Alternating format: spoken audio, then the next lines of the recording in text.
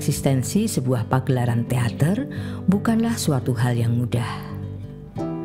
Hal tersebut dirasakan benar oleh Cucuk Prabowo, sutradara teater dan salah satu pendiri teater Gandrik. Mungkin banyak orang tidak terlalu mengenal siapa dirinya.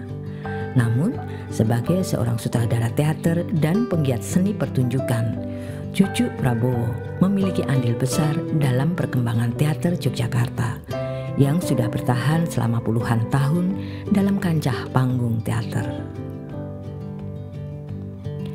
Pria yang lahir di Yogyakarta pada tanggal 28 Juni 1954 ini memiliki nama lengkap Leo Irinius Juhartono atau lebih dikenal dengan Cucuk Prabowo.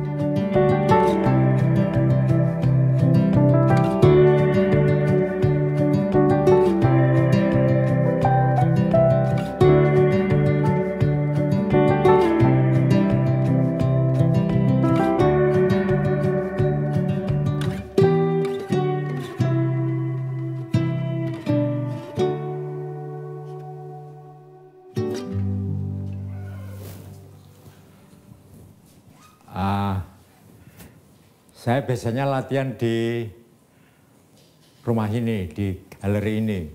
Galeri Nalar Rupa ini milik anak saya.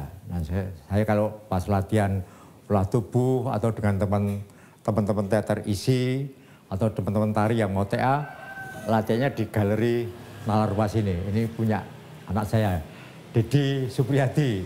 Ini aku kadang-kadang tidak kadang-kadang, tapi mesti di sini dari pagi sampai sore itu latihannya. Di sini ini saya biasanya mengolah tubuh saya, gagasan-gagasan saya ada di ruangan ini.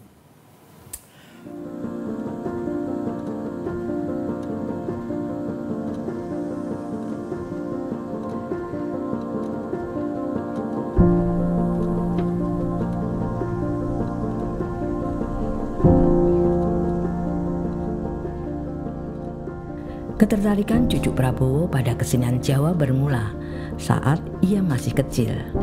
Ia sering mendengarkan siaran wayang di radio.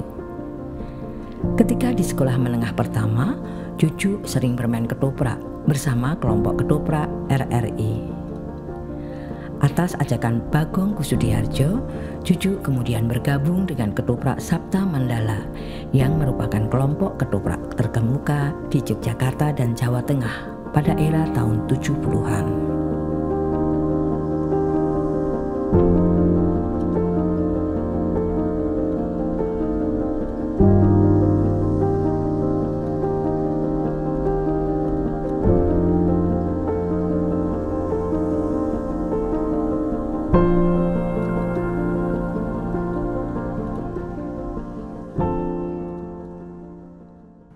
Menggeluti dunia teater punya panjang ya, dari sebelum ke teater kan saya lebih basic saya kan lebih ke tari klasik Jogja Solo. Melatih tari Jogja klasik dan Solo, terus berkembang ke balet klasik modern. Nah, guru saya di situ yang balet klasik itu Bapak Profesor Wisnuwardana almarhum. Terus ke tari klasiknya Romo Kusumo Broto itu di Tejo Kusuman. Perkembangannya ke tari klasik kayak Jogja dengan Pak Bagong Kusudiharjo almarhum juga. Itu kedua guru saya itu yang saya bisa menjadikan bisa menari, bisa tahu tentang apa-apa. Akhirnya berkembang ke teater. Teater itu juga saya perkembangannya dari Pak Wisnu, karena lebih banyak berkenal dengan Martha Graham dulu, balet klasik. Nah, saya lama-lama kok tari kok rasanya kok kurang banyak ya apa yang saya temukan. Mungkin hanya gerakan-gerakan, tapi kok ucapan-ucapan belum ya itu ya, kalimat-kalimat. Nah, akhirnya tidak sengaja itu juga. Jadi perkembangan saya itu lebih banyak ke kebetulan bisa anugerah ya, ketemu dengan Julie Taymor. Julie Taymor itu sutradara Lion King ya. Akhirnya antara teater dan tari saya berkembang, dan Pak Bagong bilang, tarimu harus kamu perbanyak, kamu perdalam lagi. Sampai sekarang, maka pertunjukan saya lebih ke antara teater dan tari itu menjadi satu. Setiap saya mengadakan pertunjukan teater tidak lepas dari unsur gerak atau tari. Apalagi di teater Handrik saya itu pure banyak gerakan-gerakan, nyanyian-nyanyian. Itulah, nah, itu dari tahun-tahun ya 70 ya. Karena saya menari itu dari 69, saya sudah menari.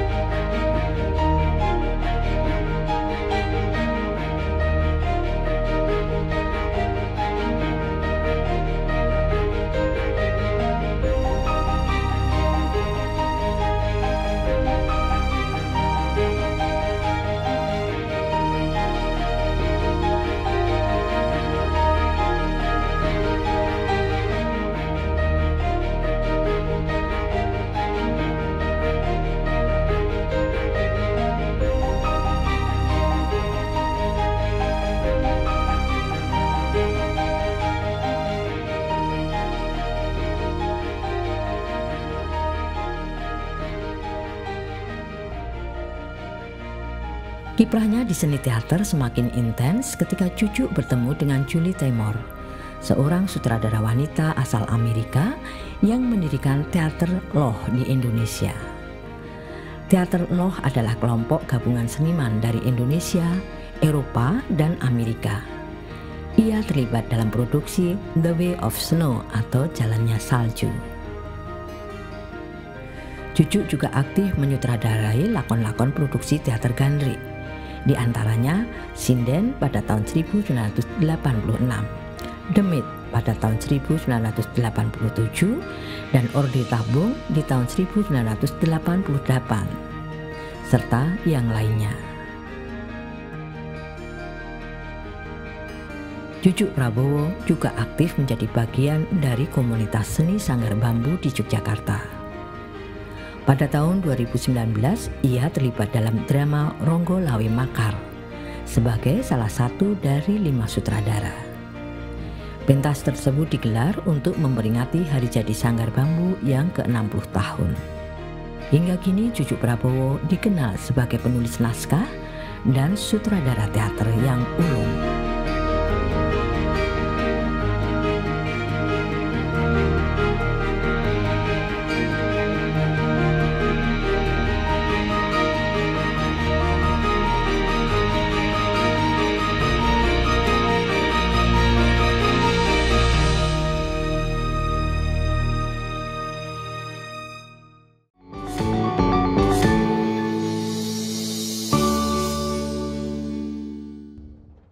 Itu tidak sengaja juga ya. Waktu itu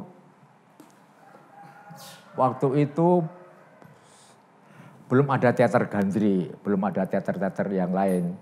Maksudnya yang lain untuk saya pribadi. Waktu itu masih ada bengkel teater. Julie Taymor dulu masih terlibat di bengkel teater menggarap koreografinya, suku naga dan lain-lain. Nah, kebetulan waktu itu saya berlatih dengan Jabu. Jabu masih AMI dulu ya, Saung Jabu.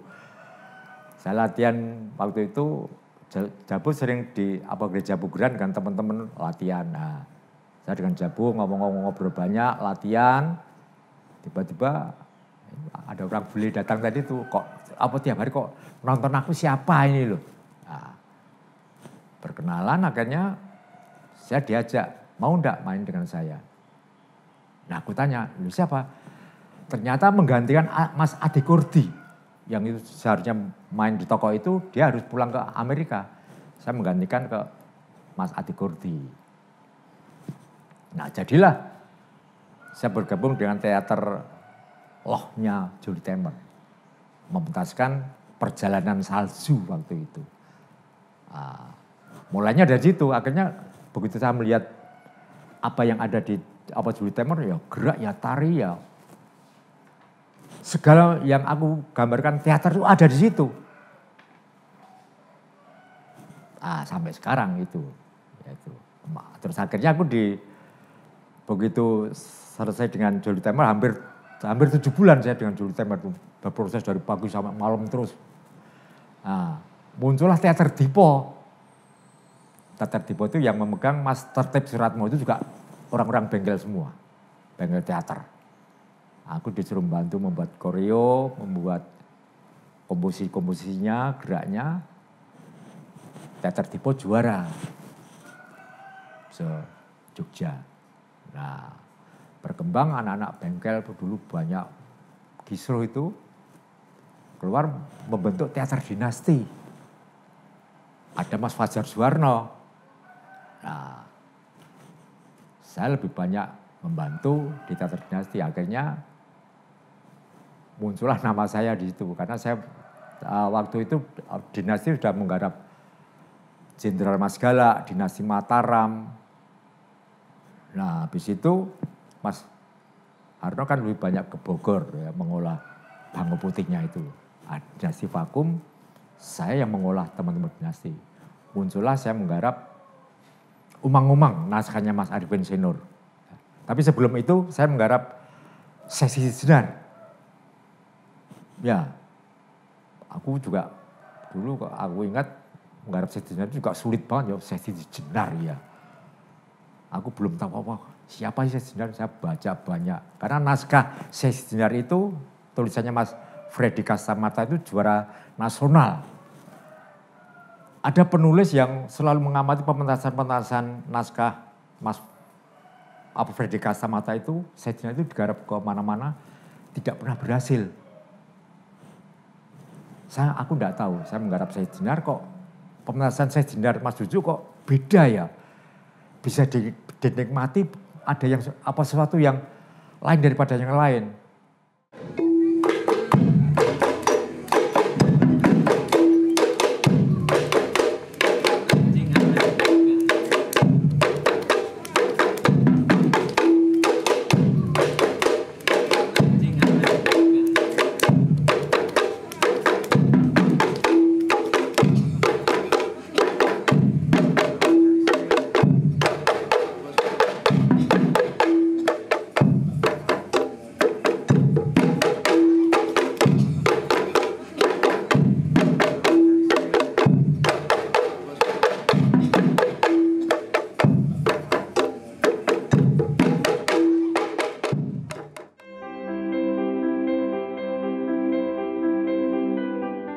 Jujuk Prabowo memang dikenal karena spesialisasinya di bidang penyutradaraan. Ia juga pernah menjadi dosen tamu di program studi penyutradaraan Institut Seni Indonesia dan program studi sastra Universitas Sanata Dharma. Tak hanya itu, Jujuk Prabowo juga sering diundang mengisi lokakarya di berbagai tempat, seperti Surabaya, Jakarta, Semarang, Kuala Lumpur, dan sebagainya.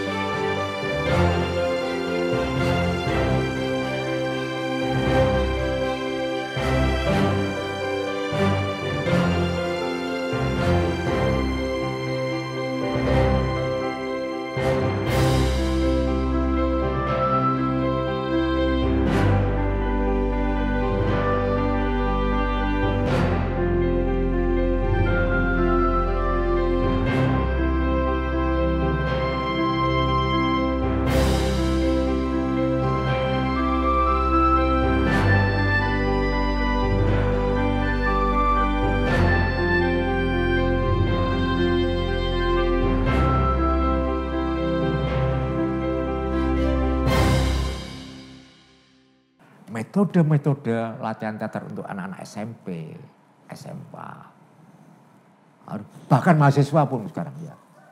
Mahasiswa latihan ya, apa sih latihan teater? Naskah, aktingnya begitu aja. Kalau saya guyonan, aktingmu sih berakot kambil, jadilan itu. Wah, gugut-gugut. Boleh kayak gitu. Tapi harus tahu takarannya. Di mana acting kayak begitu ya. Ya. Actingnya acting berangkat kabel ya, geget-geget, ngedruk-ngedruk, gebrak-gebrak meja. Boleh. Tapi itu ada takarannya. Ya. Apalanmu apal banget. Neng canggamu saya mambu kertas, mambu naskah. Karena itu masih hafal banget itu ya. Saking hafalnya ya lanyah itu. Jadi kayak ya udah kayak kaset itu aja, take muni aja gitu. Makanya teater itu butuh sekali pemahaman dirinya sendiri, ngomong orang mesti kudu seru ya, tapi paham apa di isi naskah menjadi kalimat itu menjadi miliknya sendiri. Itu tadi tak hubungan dengan ajaran mlaku sing bener. Itu ya. Ajaran mlaku sing bener. Nek wis ngomong, nek wis iso ngomong bengok sak seru-seru ning aja nganti wong jejermu krungu. Kadang sulit tuh. Ah bengok dikon bengok ini kok aja nganti krungu tangga teparone. Itu harus ditanyakan. Harus berani bertanya kalau murid. Murid harus berani bertanya pada guru, guru harus bisa menjelaskan. Maknanya begini loh, begini.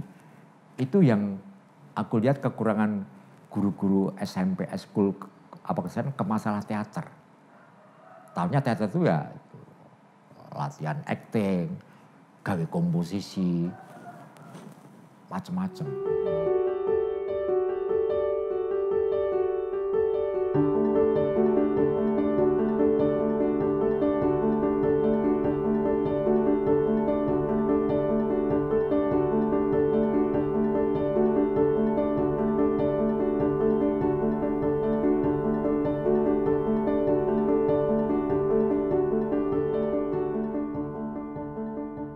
Cucu Prabowo menyadari bahwa sebagai seorang sutradara teater, dia harus berperan sebagai seorang pengarah yang memiliki pemahaman mendalam tentang isi naskah, kemampuan memilih pemain, serta kemampuan pengadegan di panggung. Selain juga harus mengkoordinasikan seluruh kru produksi, memantau jalannya proses produksi, juga evaluasi setelah pementasan selesai. Bagi Cucu Prabowo, keseluruhan peran sutradara tersebut mampu membentuk kualitas dan kesuksesan suatu karya seni pertunjukan.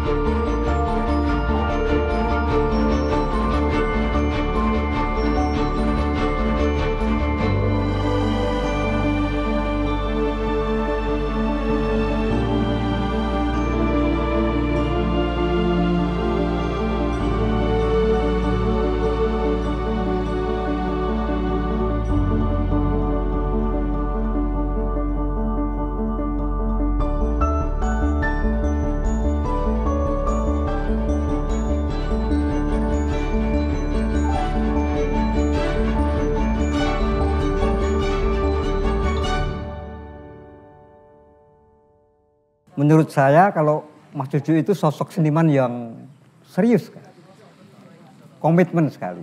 Seperti dalam sebuah pertunjukan Losong ini Mas ya, ini satu banyak kesan atau pesan yang disampaikan Mas Jujuk buat kita kawan-kawan, buat masyarakat luas.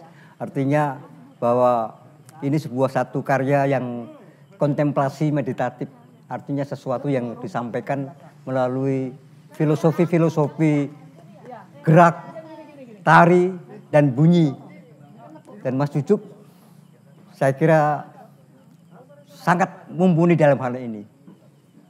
Ya, kebetulan Mas Jujuk kan saya mengenal sudah lama. Dan dengan pertimbangan bahwa dia mengerti dasar seni tradisi, karena dia berangkat dari kesenian tradisi juga. Seperti ketoprak, kemudian teater modern, lalu dulu terlibat di teater dinasti, kemudian teater gandri dan sebagainya. Nah, secara dramaturgi kebetulan Mas Jujuk itu kami anggap mampu lah untuk mengurai mengurai hal-hal yang dasar tadi kemudian diangkat menjadi sesuatu yang baru. Jadi sejak tahun 80 hingga tahun 2020 ke atas sampai hari ini itu belum ada lagi yang mengangkat berdasarkan dari sanalah kemudian gimana kalau kita mengangkat lesung sebagai dasar pijakan garapan gitu. Makna teater itu ya sebenarnya kehidupan. Makanya urip itu kudu urip, urup itu kudu urip. Urip itu kudu urup. Udah kayak gitu tuh. Iya. Maksudnya harus bermakna pada dirinya sendiri, bermakna pada keluarga, bermakna pada yang lain semua. Itu teater. Jadi bukan sekedar berakting. Itu. Disiplin pada dirinya sendiri, tahu apa yang kita lakukan, apa yang tidak kita lakukan, apa yang tidak boleh. Itulah. Ya.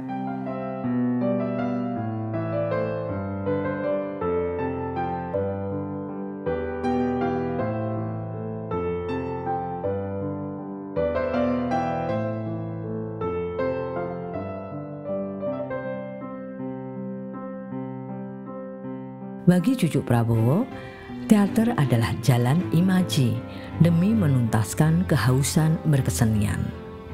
Adapun bekerja adalah jalan nyata untuk urusan kebutuhan keseharian. Untuk itulah di samping berteater, Jujuk Prabowo juga harus membagi diri untuk bekerja.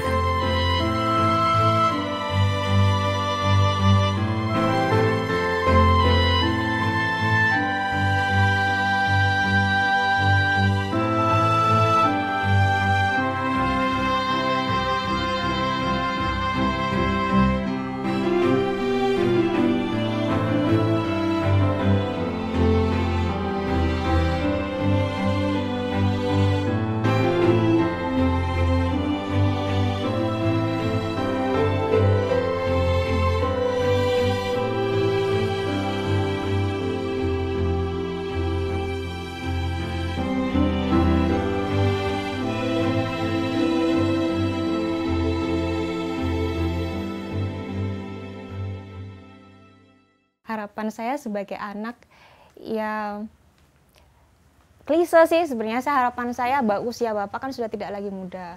Beliau sudah 70 tahun. Saya ingin beliau di usia sekarang ini, alhamdulillah beliau masih produktif. Saya ingin ke depan beliau jauh lebih sehat. Terus aduh ini agak emosional ya. Sehat terus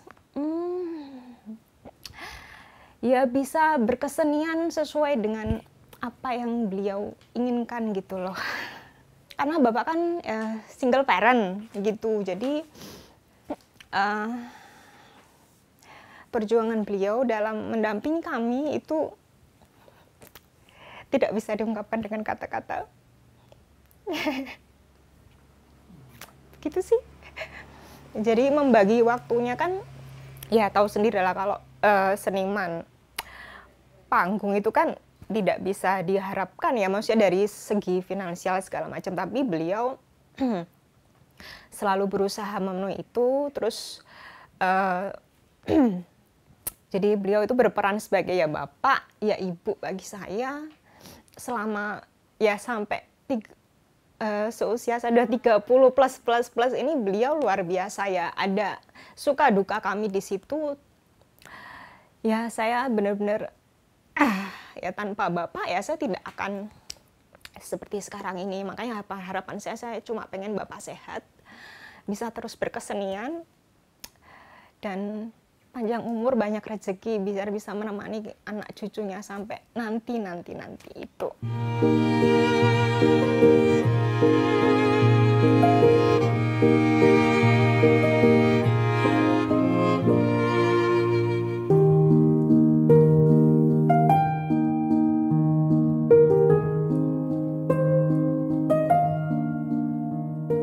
Melihat dedikasi dan kerja kerasnya dalam kegiatan teater yang telah dijalaninya puluhan tahun hingga kini, sudah selayaknya cucu Prabowo mendapat penghargaan atas jerih payahnya.